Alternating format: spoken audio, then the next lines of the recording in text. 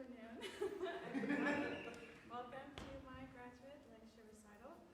Today we'll be talking about some Debussy, specifically Debussy and theory, and how you can use different elements of theory to sort of help you navigate Debussy.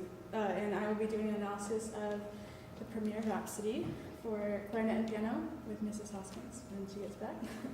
I will be playing various excerpts. You'll see that this piece is not a piece you just kind of put together overnight. So we'll be playing various excerpts so that I can kind of show you some of the things I'm talking about and how Debussy employs harmony and form in his own sort of Debussyan way. So, like I said, I'll be discussing and analyzing Premier Rhapsody. This piece was originally written as a commission for the Paris Conservatory clarinet examinations, but it's now a staple in repertoire. Everybody knows Premier Rhapsody and everyone plays it. Debussy was a revolutionary in his day, and really in his opposition to the status quo. He went against tradition and was not conventional in his style. And although he was adamantly against this sort of classical canon and formulas and tradition, there are patterns that you can find in Premier Rhapsody. And he does use formulas and does use his own sort of spin on tradition throughout this piece. And as a performer, discovering and exploring the form and sort of the harmony can sort of help you navigate exactly that in the Premier Rhapsody, because this is not a conventional piece. And it can help you better understand kind of your role in this piece, and it helps with collaboration because there's not a lot that you can grab onto in this composition, and really knowing and understanding your part and knowing and understanding the piano part can really help you in your sort of performance and interpretation of the Debussy Premier Rhapsody. So in this presentation, I will give a little bit of background on Debussy so we can kind of understand who we're working with and sort of his approach to harmony and composition. And I will also be talking about the form and the harmony in Premier Rhapsody and sort of the tonal centers, because this piece is not tonal, it's not atonal, but it's also not very tonal. So sort of navigating these tonal centers can also help you really understand the piece better. And then I will also be discussing the themes and motives and how they contribute to the form of the piece. It's very cool. So a little bit about Claude Debussy. He was born in 1865 and died in 1918. We know him as a French composer, but he was also a very gifted pianist, and he was admitted to the Paris Conservatory at the age of 10, and he studied here for about 11 to 12 years. For the first half of his education there, he was solely a pianist, but he found his passion in composition towards the tail end of his education, and he even went on to win the Prix de Rome, which, if you don't know, is the most prestigious composition award at the Paris Conservatory. If you win, you get to go on a residency, if you will, to Rome, Italy, to study with the other winners of the Prix de Rome and study with the most famous composers in the world. So Debussy was a very difficult pupil.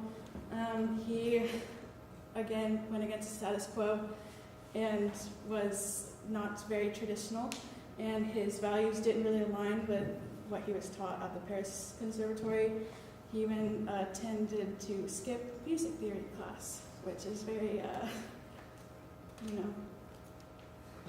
yeah.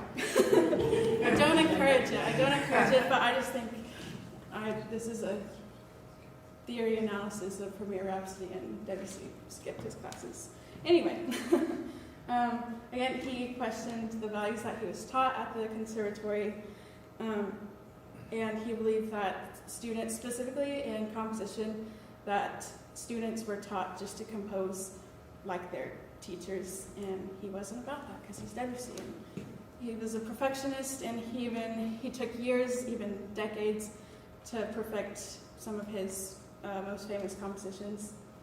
And he did find success in this field of composition, but there was always a struggle for money, and he had very lavish taste that he couldn't afford, but thought he could afford, but he really couldn't. And this is relevant to Premier Rhapsody, and I will elaborate on that further. But first, I will talk about Debussy's style. So he rejected the Impressionist label. A lot of historians, I guess for the sake of categorizing composers, he is sort of categorized as an Impressionist because of his harmony and the way that he writes.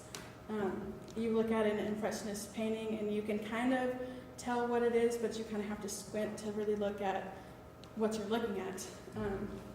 And same with Debussy's music. You hear this, oh, like what was that? That sort of thing. So he rebuked this label. He didn't want to be put into a box and didn't want to be categorized because he didn't want to. He was Debussy. He was special, and he wanted to remain distinctive and for people to remember him.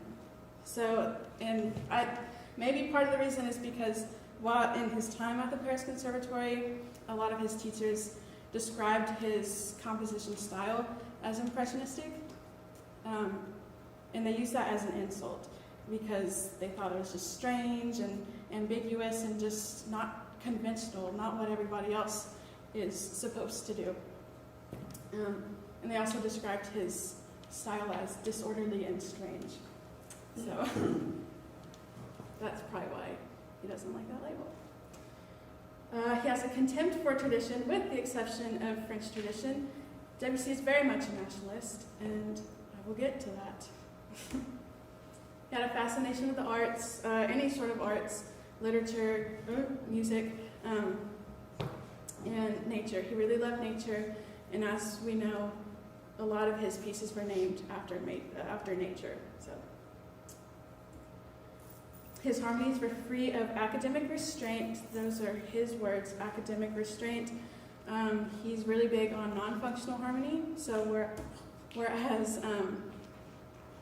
functional harmony is getting from point A to point B, these two big moments and sort of the middle stuff, functional harmony is how we get from point A to point B sort of logically. But he didn't care for that logic. He just wanted sounds to be sounds. He didn't care about 1, 4, 5, 6, 2, 1. Is that a progression? Anyway. He didn't care about that. He just wanted sounds to be heard. And for every sort of harmony and phrase to be heard as its own sort of entity. He had very few inspirations in his life. He didn't base his style off of what other people were doing, but he did admire bits and pieces from composers' composition styles, and here are some of them. Liszt, he heard a lot of these composers' pieces performed when he was at the Prix de Rome, when he was in Rome.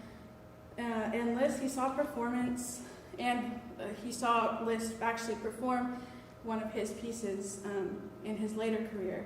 And as we know, Liszt was very bold in his dissonance and expansion of tonality, which is what Debussy really, admired from Liszt's composition style. Mussorgsky, he admired his originality in his harmonies. Palestrina, he heard a Palestrina chant again in Rome, and he was just very taken by the sounds and the ethereal sort of feeling that he got from listening to this chant. And Stravinsky and Wagner, I put asterisks by because reasons. So Stravinsky, he admired Stravinsky's work, but he thought his works were leaning dangerously toward Schoenberg. And Schoenberg, as you know, is atonal. He was also a revolutionary in his day with the 12-tone and serialism and all that. And he thought that this music was, quote, empty, pretentious, and stupefyingly Germanic, unquote. and that's not a compliment. So, so speaking of stupefyingly Germanic, Wagner, he heard Tristan when he was in Rome, and he liked it, more or less, but he sort of cherry-picked from Wagner's tool belt. He identified the strengths and weaknesses in his composition style, so he sort of cherry-picked what he liked and then threw out what he didn't like, which was most everything that Wagner did. And a little more about his style. Again, French music he thought was perfect. He really admired the clarity of expression and the concise and compactness in the form of French music. He said that these were qualities pertinent to French musical genius. Again, inspired by music and literature, French music and literature. His harmonies create a blurred harmonic effect, sort of going back to the whole impressionistic label that people put him under. He used a lot of 9th and 11th chords, which wasn't rare during this time, but using them sort of out of context of a common progression, he used them because he thought they sounded cool, not because, I'm so sorry, not because it worked in a progression, essentially. So his primary concerns were sonority, texture, and timbre. Again, sounds. No progression, no formulas. He liked how things sounded and kind of experimented with sonorities in all of his compositions. And he expands the perception of the home key, essentially expanding tonality. Tonic. Expansion of tonic, sorry. So I put a couple definitions of a rhapsody because that's the form of this piece, essentially. And I couldn't have told you exactly what a rhapsody was if you asked me. I kind of knew what it was, but these definitions sort of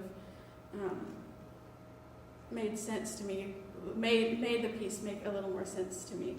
So a rhapsody is a piece of music written without formal structure that expresses powerful feelings and emotional excitement. Or it can also be defined as a single movement work that is episodic, free-flowing in structure, and features a range of highly contrasting moods, which is very much this piece.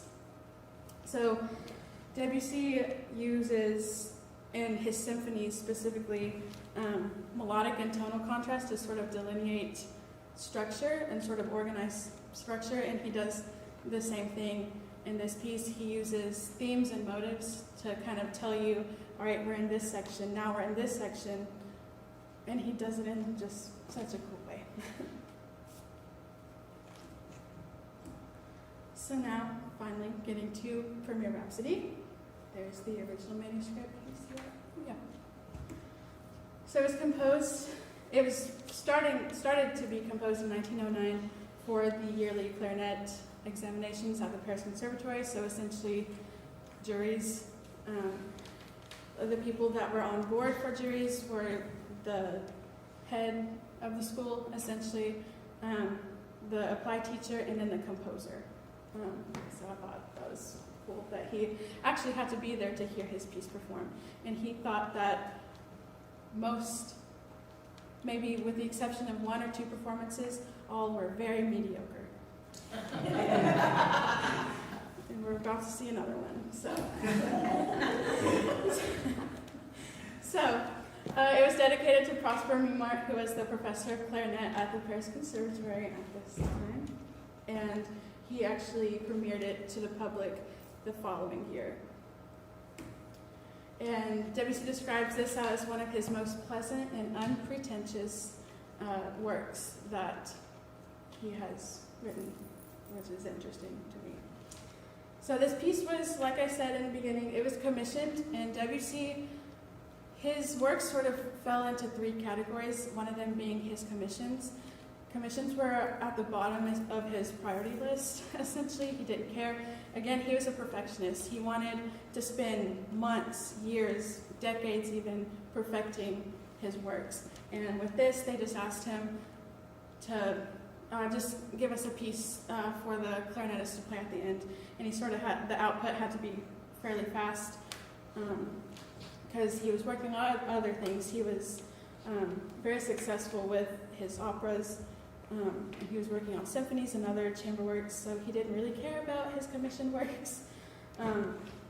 Again, there was a struggle for money, so he just wanted a paycheck. So he wrote Premier Rhapsody, he got a paycheck, and now it's a staple in clarinet repertoire. So this piece is like I mentioned with the definition of a rhapsody, episodic, and it has a lot of different moods. It's not very metric. There's a key signature, time signature written, but there's not a lot for the clarinetist to hold on to, especially in the piano part. The piano does a lot of things, a lot of pedal chords and flourishes, so there's not a lot to hold on to rhythmically. So that's another benefit of sort of diving into something like this, is really understanding the piano part so that you can understand your part. Yeah.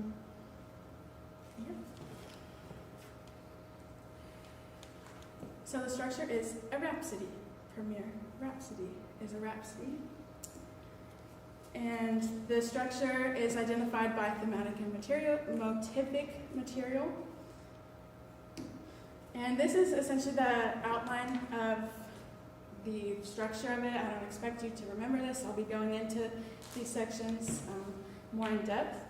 There's a lot of transitional material between these sections. So it starts with the introduction, and these letters, by the way, are they sort of represent themes, not so much sections like this is the A section, the B section, but more so this is the A theme, now we're in the B theme, and etc. So, introduction, A theme is introduced, B theme is introduced, C theme is hinted at, that's why it has an asterisk by it,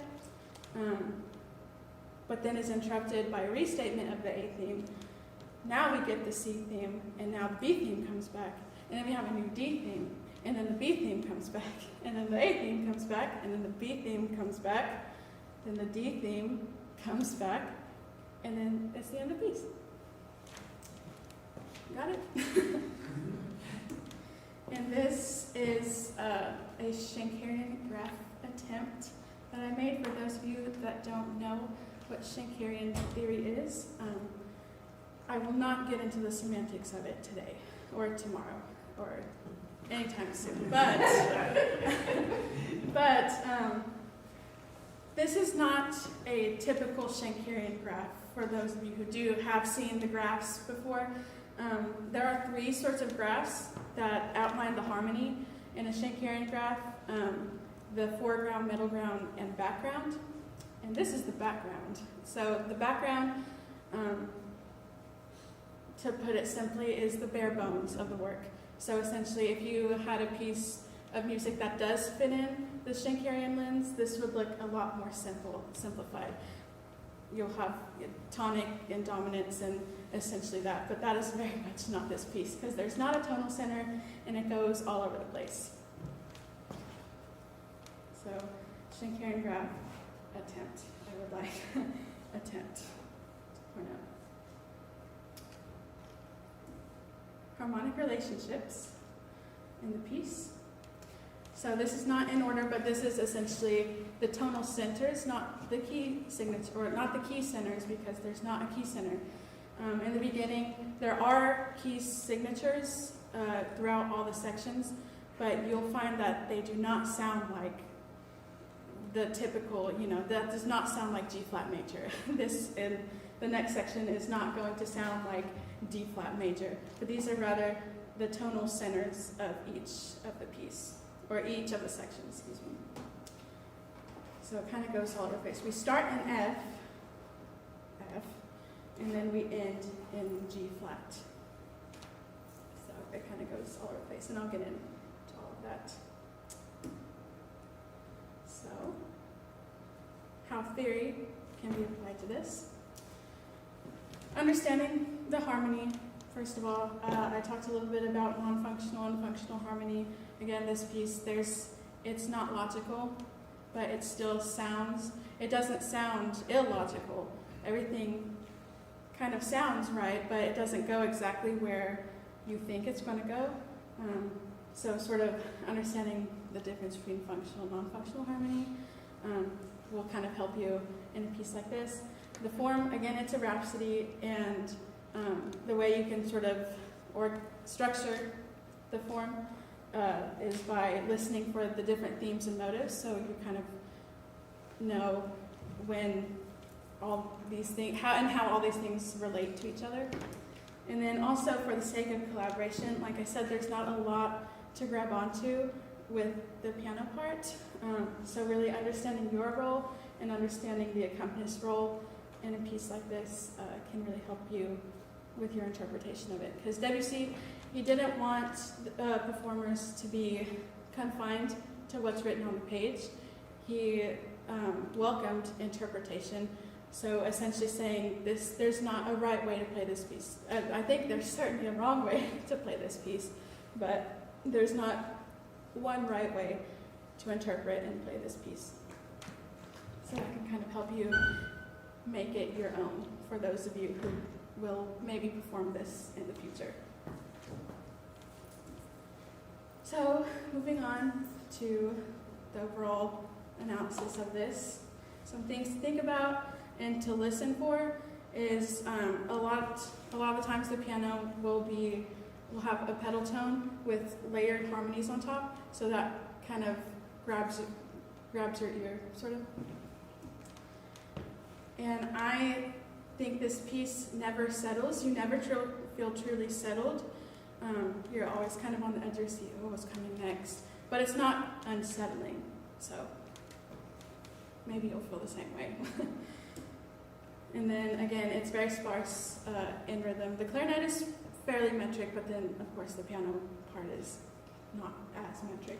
So just some things to listen for. Now on to the piece. So I'm just going to play, before Mrs. Hoskins comes up here, I'm just going to play through these themes that you should be listening for. And again, I don't expect you to remember all these themes. I'll be going through the score with you. So this is the A theme that's introduced at the very beginning.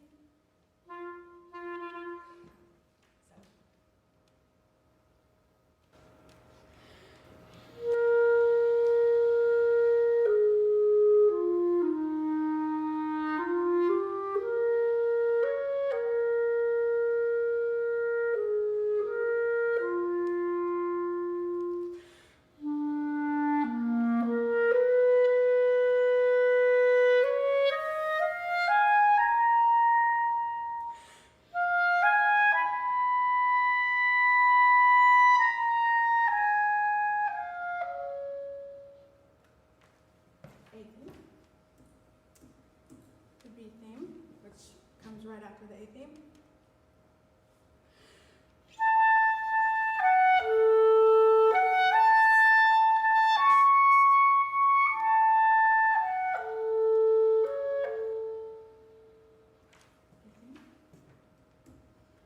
C themes, there are kind of two variations of the C theme.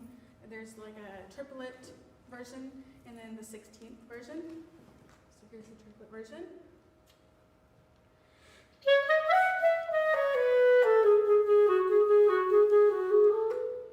And then the 16th version. There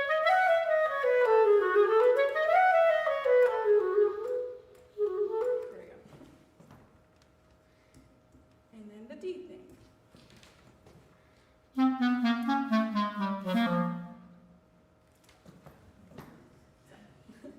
Very cute. All right, now we'll go through the score. Okay. Mrs. Hoskins? So basically what I'm going to do is, you can kind of see that. Basically I'm just going to go through score top to bottom and sort of point out these cool motives and different harmonic gestures throughout the piece. So the first chunk will be the introduction to, and this is for Mrs. Hoskins too, the introduction to rehearsal 2. So the introduction starts out with, you can see it's written in G flat major, but you will find that it certainly does not sound like G flat major. And that's because of, again, the harmonies and how he employs tonal centers rather than actual key centers. So in this first introduction section, F is sort of tonicized in the piano with these octaves with a little falling gesture. In the second measure, which is then picked up by the clarinet, and it's repeated, and then it goes on. The clarinet goes on to do its own melodic idea before landing on D flat. And then throughout this A section, D flat is sort of the tonal center. You'll see in the piano part that there's a constant D flat pedal. Exactly. In the left hand, can you just play the left hand? Exactly. And it keeps doing that, sort of outlining that D flat tonality. But the clarinet doesn't want to do that. You'll find throughout this whole piece that the piano wants to do one thing and the clarinet wants to do another thing. So the piano goes on to do that, and the clarinet continues with the A theme. The piano's sticking to its guns. Let's play in D flat. Let's play in D flat. Even here, it develops even more melodically and builds, if you bring this triplet down here, it builds a D flat 7 chord. And then finally, the clarinet sort of relents and is like, okay, we'll play in D flat. And so the clarinet outlines a D flat major triad. And then the piano's like, no, let's play in A now. So then the clarinet's like, okay, we'll play an A, and then we land on the B thing. So let's just play up until there and see if we can kind of hear those things from the beginning. And then we'll stop like right before rehearsal too.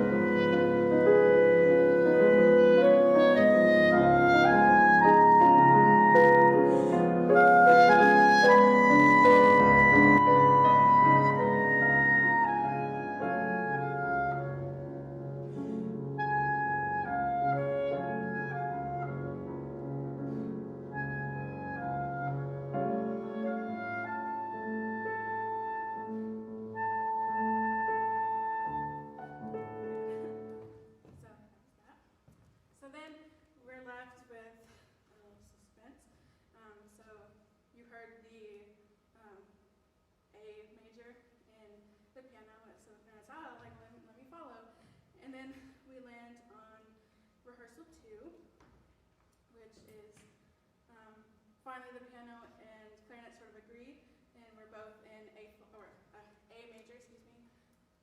The clarinet sort of outlines an A major triad without the E, and the piano and clarinet sort of agree there, and then we get to the transition at the very end, and we land on the first sort of Easter egg, I like to call, section, which is, point that out to you all in the score. So we're in A major, and then we have these little hints. The piano has G flats, or G sharps, excuse me, sort of that tendency tone. Exactly. And then we go on, and the piano sort of restates the B theme, and the clarinet does flourishes that kind of outline the harmony in the piano, before we land on the first hint at our C, not section, C theme. And pay close attention to the rhythm here, because it'll sound familiar and look familiar later. Then we have these trills before we land back on the A theme, which is restated in the clarinet up an octave, and the piano is doing these sort of outlines. And then we'll pick up from there. So we'll start right at 2. And then stop before the little cadenza thing.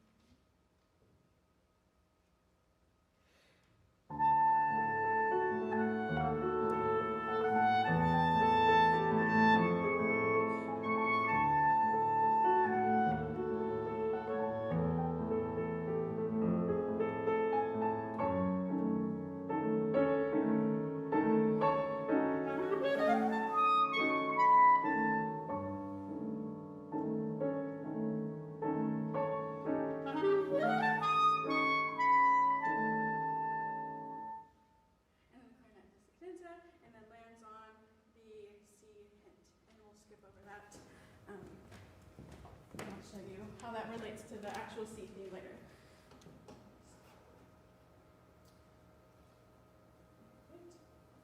Then we get a transitional section right before the C theme. Again, kind of hinting at an A major tonality with these tremolo, these F sharp, G sharp tremolos in the piano part, and the clarinet is outlining a diminished chord. So again, there's that sort of fight between the clarinet and piano. And then we land here on the C theme in its original triplet version.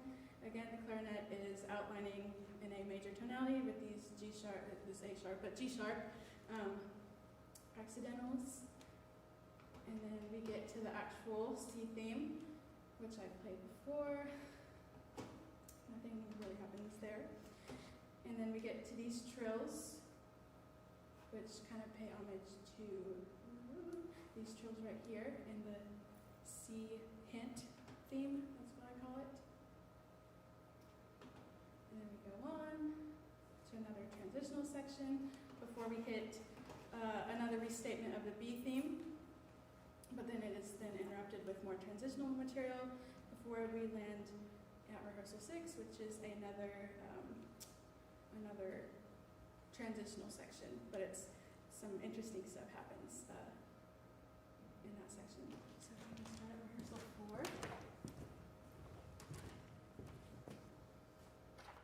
Start the beat before 4.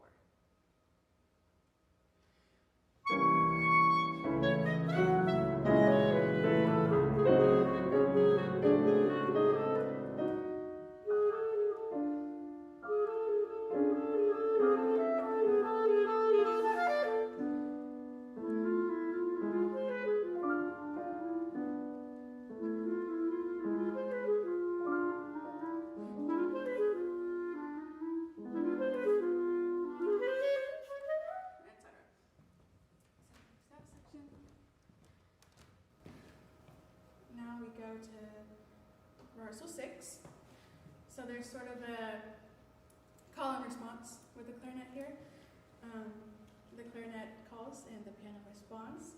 And then the piano does a little hint of what is to come. Well, you can see it on the screen, but it's exactly. So keep that in mind. And then, can you play this little outro section right here? I won't explain it yet.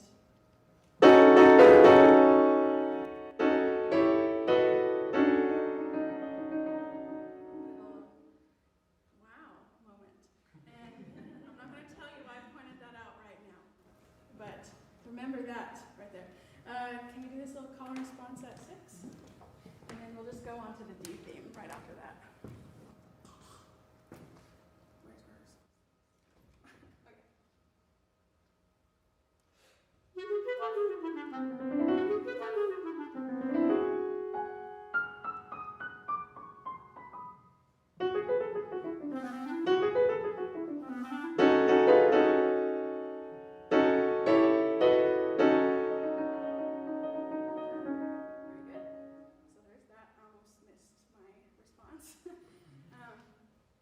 So that's a cool little piano clarinet moment there. And then we'll go on to the D theme. I'll start putting all the skips on them.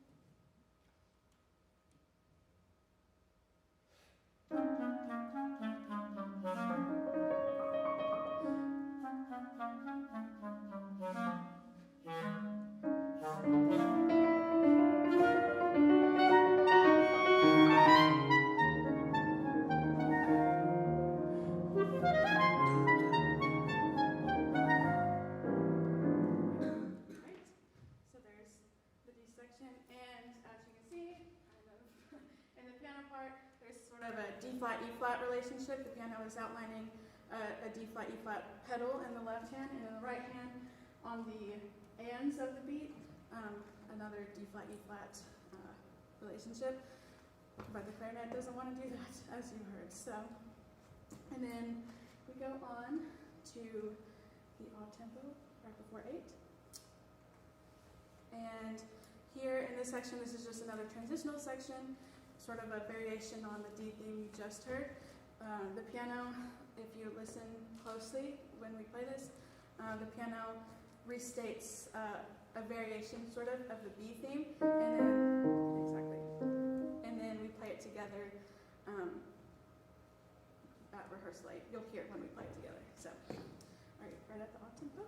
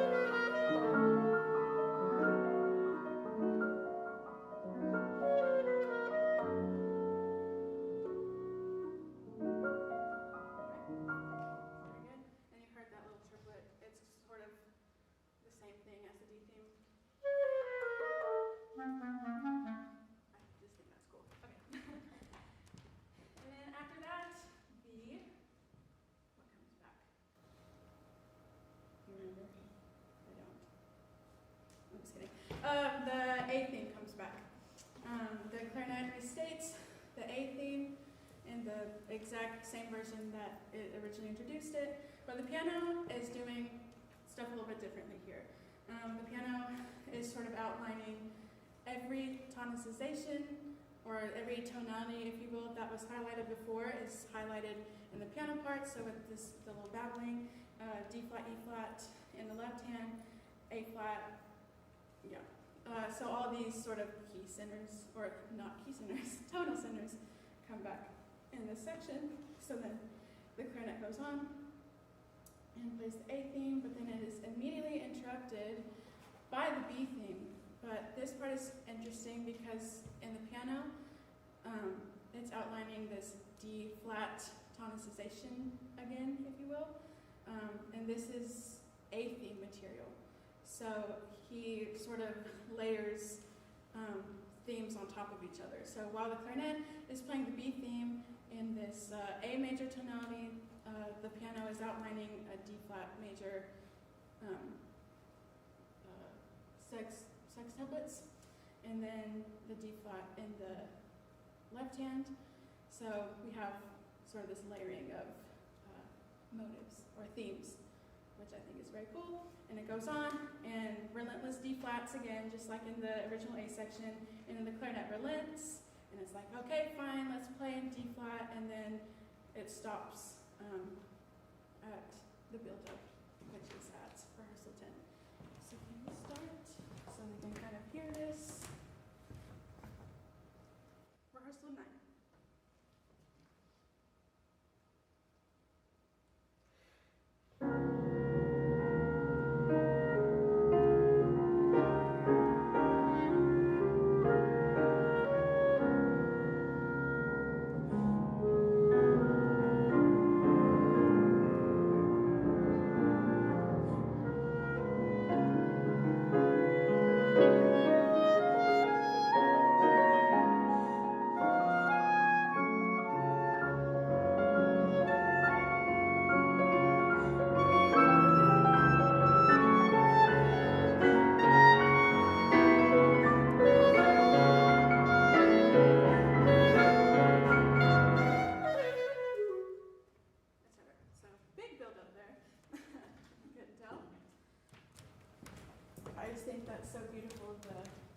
the layering of the motives. It is what makes it sound interesting. So then it continues on, and then we have flourishes in the clarinet, some dominant 7 chords. Then we run up chromatically to a restatement of the D theme, which is down a whole step from the original key tonal center, but also written up an octave. And there's some melodic interplay between the clarinet and piano. So the piano sort of introduces this chromatic turnaround idea, which is then repeated in the clarinet. And then we go on to rehearsal 11, which is totally different material than we've heard so far. And we have these chromatic craziness in both the clarinet and the piano part, and it builds up and it builds up until we get to rehearsal 12. Mrs. Hoskins, can you play at rehearsal 12?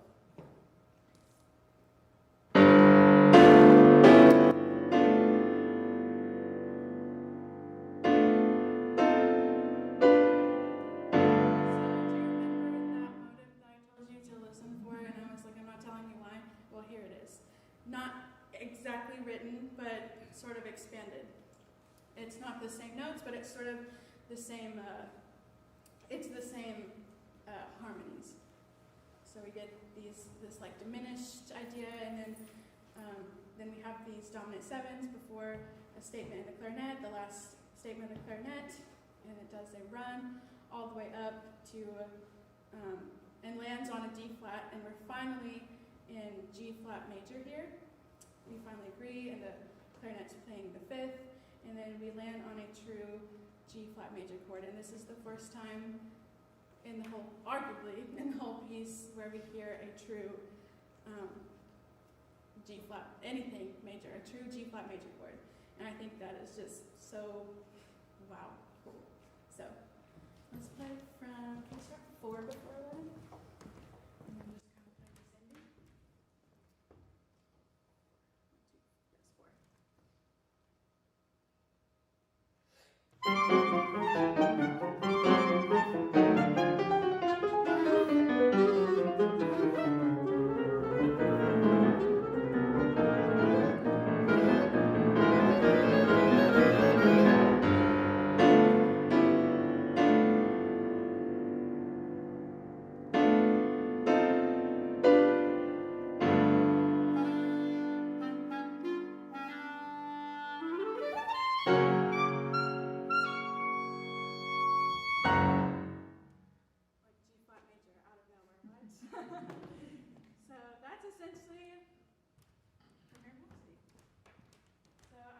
'Show you some of these Easter eggs that I was talking about, so you can actually like see and not take my word for it.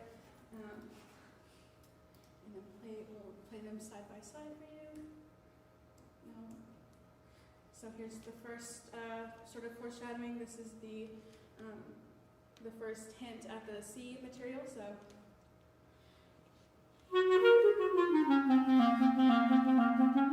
And then 4, which is later.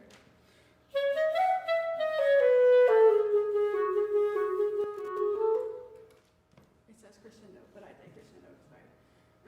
So there's that. And then these trills that are also in the C hint section.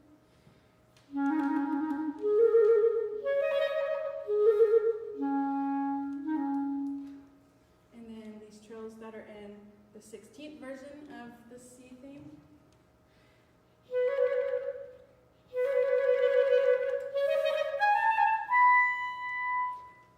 There might not be a relationship between those two, but I think there is. And then again, Mrs. Hoskins played you the little hint at the D theme that was introduced in that little transitional section. And then there's the big secret that I was keeping from all of you. So can you just play those two themes side by side?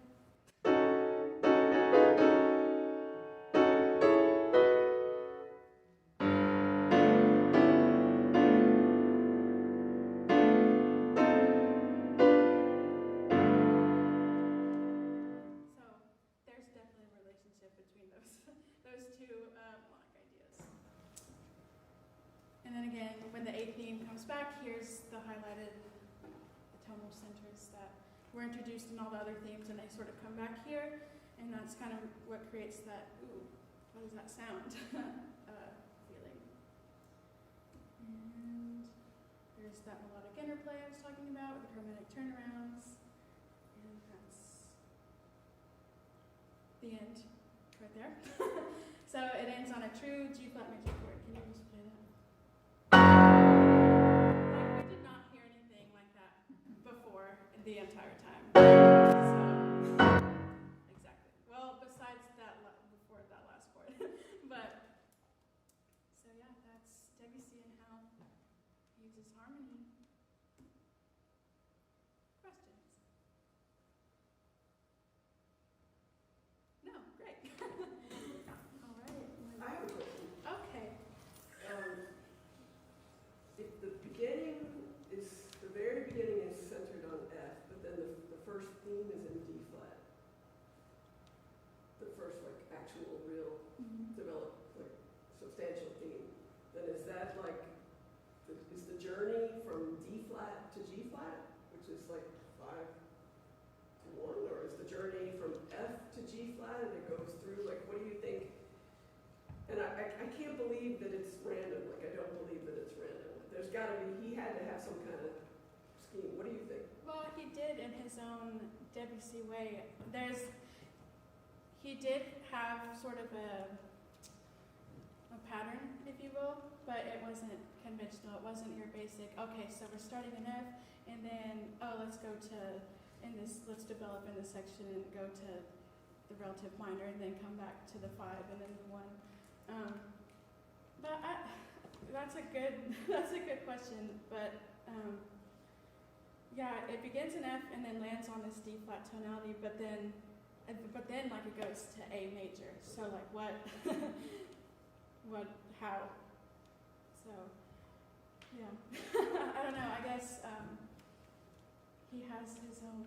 Debussy didn't want his pieces to be analyzed. He wanted them to be, appreciated for how they sound. So I don't know. I don't think he was very concerned with, all right, let's start in F and then go down a major third to D flat and then end on G flat, which I guess the relationship between G flat and D flat is a fifth, but how we got there was like this and not like this. So more or less. He's Debussy. He didn't care about formulas.